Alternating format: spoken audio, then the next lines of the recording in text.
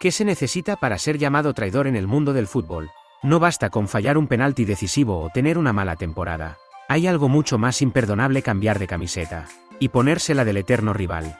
A lo largo de la historia, ha habido fichajes que rompieron corazones, dividieron ciudades e incluso generaron odio entre aficionados que jamás pudieron perdonar el gesto.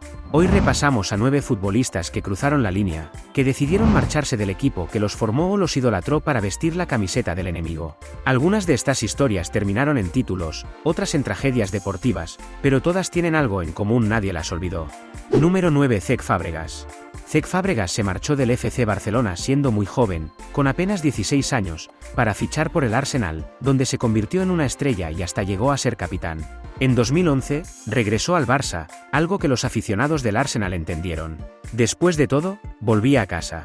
Lo que nadie imaginaba era que en 2014 decidiera firmar por el Chelsea, el gran rival del Arsenal en el norte de Londres. Fàbregas ganó la Premier League con los Blues, pero muchos fans Gunners nunca le perdonaron ese paso. Fue un cambio que dolió especialmente porque, mientras algunos aún esperaban su regreso, él ya estaba levantando trofeos con el rival directo. Número 8. Mario Götze. La Bundesliga ha visto muchos cambios polémicos, pero pocos tan duros para una afición como el de Mario Götze. En 2013, con solo 21 años, Götze decidió dejar el Borussia Dortmund para fichar por el Bayern Múnich, justo antes de una final de Champions que enfrentaba a ambos equipos. Götze era canterano del Dortmund, un ídolo joven en crecimiento. El traspaso fue interpretado como una traición. Aunque ganó títulos con el Bayern y fue el héroe de Alemania en el Mundial de 2014, su carrera nunca volvió a alcanzar ese nivel. Volvió al Dortmund en 2016, pero su legado quedó marcado para siempre por aquella decisión. Número 7. Sol Campbell.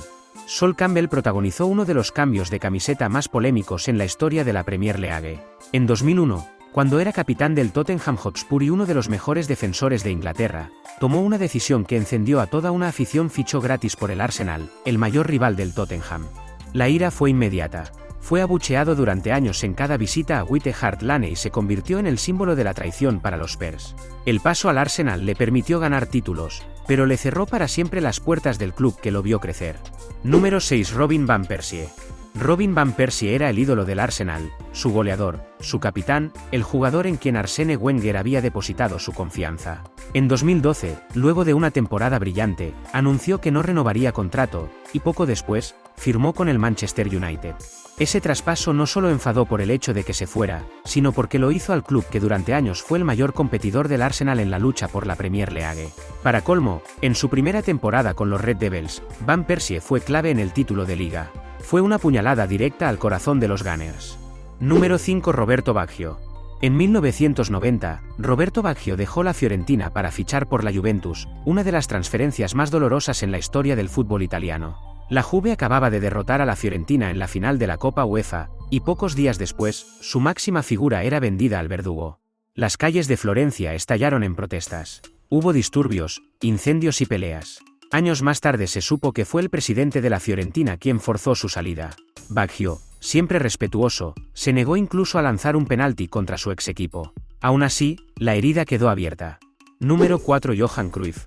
Johan Cruyff es sinónimo de Ajax y FC Barcelona. Sin embargo, pocos recuerdan que en su última temporada como profesional, en 1983 a 84, firmó por el Feyenoord, el máximo rival del Ajax. Lo hizo después de que el club de Ámsterdam no quisiera renovarle el contrato. La decisión fue polémica, pero Cruyff respondió con fútbol. Ganó la Liga y la Copa con el Feyenoord y cerró su carrera como campeón. El Ajax, con el tiempo, le perdonó. Su legado fue tan grande que hoy el estadio lleva su nombre. Número 3. Óscar Ruggeri. La rivalidad entre Boca Juniors y River Plate es una de las más intensas del mundo. Por eso, cuando Óscar Ruggeri dejó Boca para fichar por River en 1985, la reacción fue explosiva. Aprovechando una huelga de jugadores, Ruggeri se marchó junto a Ricardo Gareca al eterno enemigo. Los hinchas de Boca jamás lo perdonaron. Aunque Ruggeri ganó títulos con River, quedó marcado como uno de los grandes traidores del fútbol argentino. Número 2. Carlos Tevez. En 2009, Carlos Tevez dejó el Manchester United para firmar por el Manchester City. Aunque ambos equipos comparten ciudad, las diferencias entre ellos son históricas. Lo que agravó la situación fue que Tevez había sido una figura clave para Ferguson y los aficionados lo veían como parte fundamental del equipo. Su traspaso fue anunciado con una enorme pancarta en Manchester que decía "Bienvenido al Manchester Azul", una provocación directa.